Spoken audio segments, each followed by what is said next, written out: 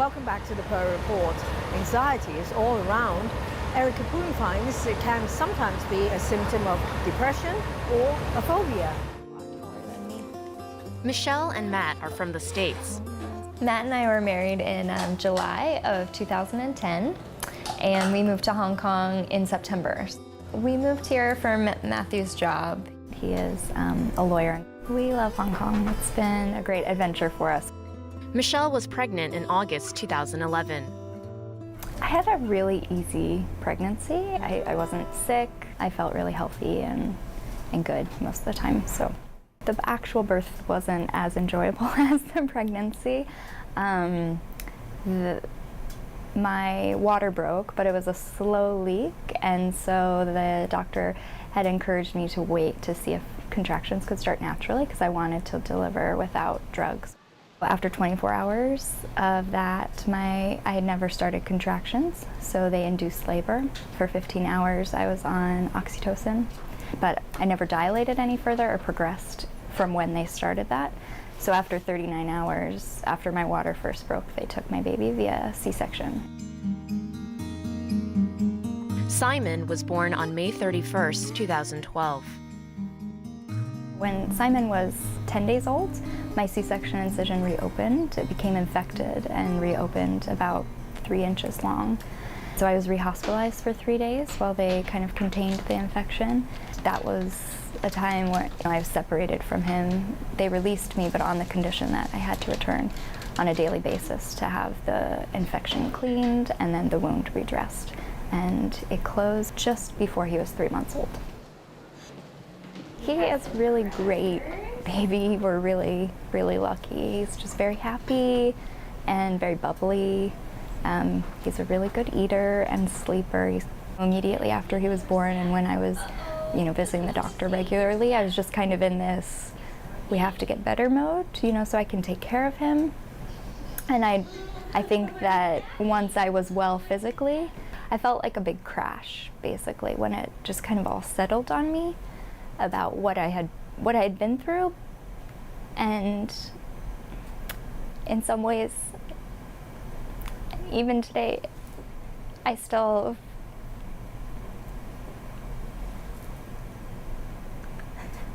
even though I know that everything that was done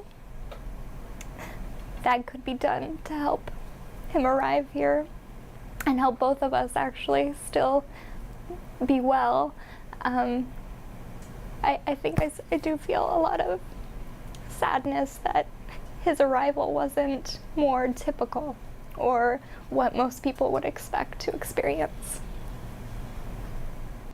Good. I also feel a little bit of guilt because I feel like that I failed kind of him on giving him that natural entry into the world.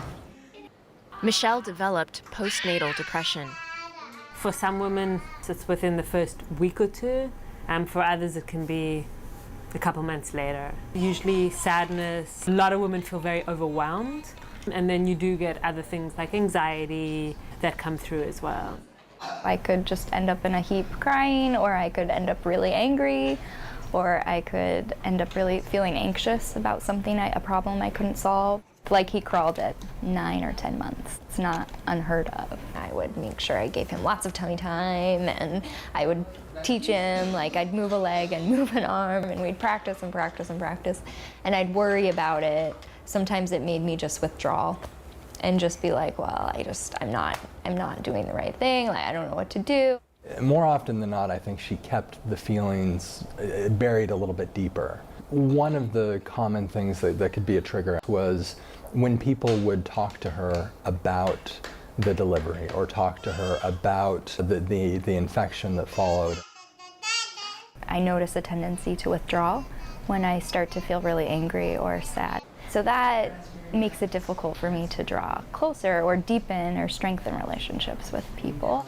My family, my husband, some of my friends know. They've been really encouraging me seeking help, and with the different avenues I've tried, they are really patient and forgiving when I do withdraw or when I do suddenly have this erratic display of intense emotions.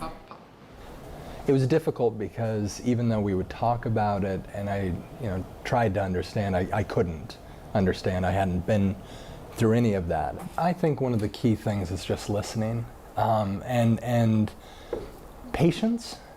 If I didn't try and have extra patience, I would take her lashing out about something as being something that I did. There are definite risk factors for postnatal depression, a family history of depressions. Michelle's mom suffered from postnatal depression. And the other big thing we see if people don't want a baby, it was an unplanned pregnancy, if there's something wrong with the baby, or if there's been a traumatic pregnancy or childbirth. Michelle saw a psychiatrist for 4 months, then turned to homeopathy starting this March. The guy who invented homeopathy lived in Germany at the end of the 1700s. Samuel Hahnemann. So he found out if he diluted substances and he gave them to healthy people, it produced certain symptoms. If he then gave that same remedy in the dilution to a person with those symptoms, it like cures like. So I started off with a remedy called Ignatia, a homeopathic remedy which is very much often for grief, because it's actually a plant. And then later on we moved to a different remedy called sepia to sort of try and address more of the sadness and the anger that's come through. The original substance is cuttlefish ink. Homeopathy, okay. It's not our area of expertise.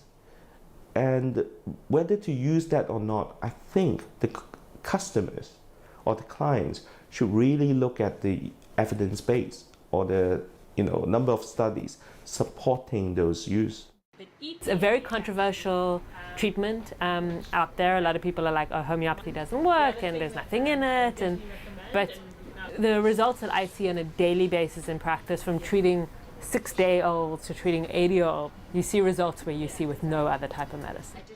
I do feel that for the most part, the waves or like the sudden swells of like anger or sadness are lessened. Yeah. It's more, I'm more even more of the time. We would love to have another baby. Simon is such a wonderful baby.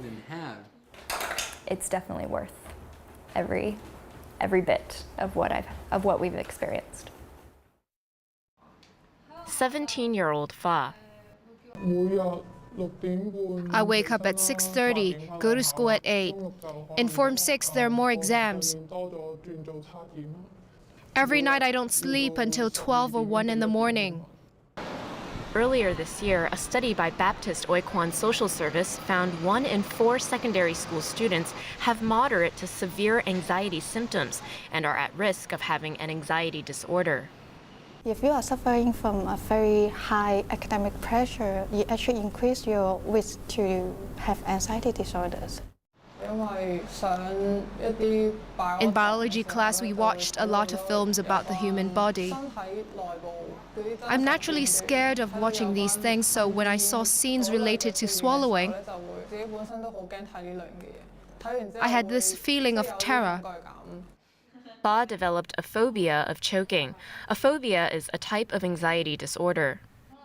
When we say specific phobia, we are saying a person is really fear of a particular situation or particular things. People in that situation will experience very intense anxiety, and they would try to avoid the situation as well. Fa's dread of choking affected her food consumption. I basically ate congee every day. Even finishing a bowl of congee took an hour. At first, I was reluctant to see the doctor because I'm afraid of taking medicine, and it made me feel I was really sick. Then, because I wasn't eating much, my friends said I lost a lot of weight. Moreover, my mom became increasingly worried and sought help from a social worker. Fa's social worker referred her to a psychologist. She wanted me to bring my lunch every time I saw her, and she timed my eating. Before and after eating, she'd ask how scared I am. When I couldn't eat anymore, she would encourage me to continue eating. Slowly, my eating situation improved. I started eating rice and noodles. To overcome the anxiety, we actually need to face the situation, and then we need to experience that we can cope with the anxiety, and it's okay, and it's safe to be in that situation. Now, when I and my schoolmates order takeaway or buy noodles at the kiosk, it takes me 20 to 30 minutes to eat it. Once I almost finished a lunch box. My friends said it was the first time they'd seen me eat so much. They were all very excited. It made me feel I was making progress. Well, thank you for watching our show. It will be re-aired on Tuesday and Saturday, as well as on tvb.com. Until next time, from the Pearl Report team, good night, good luck, and good health.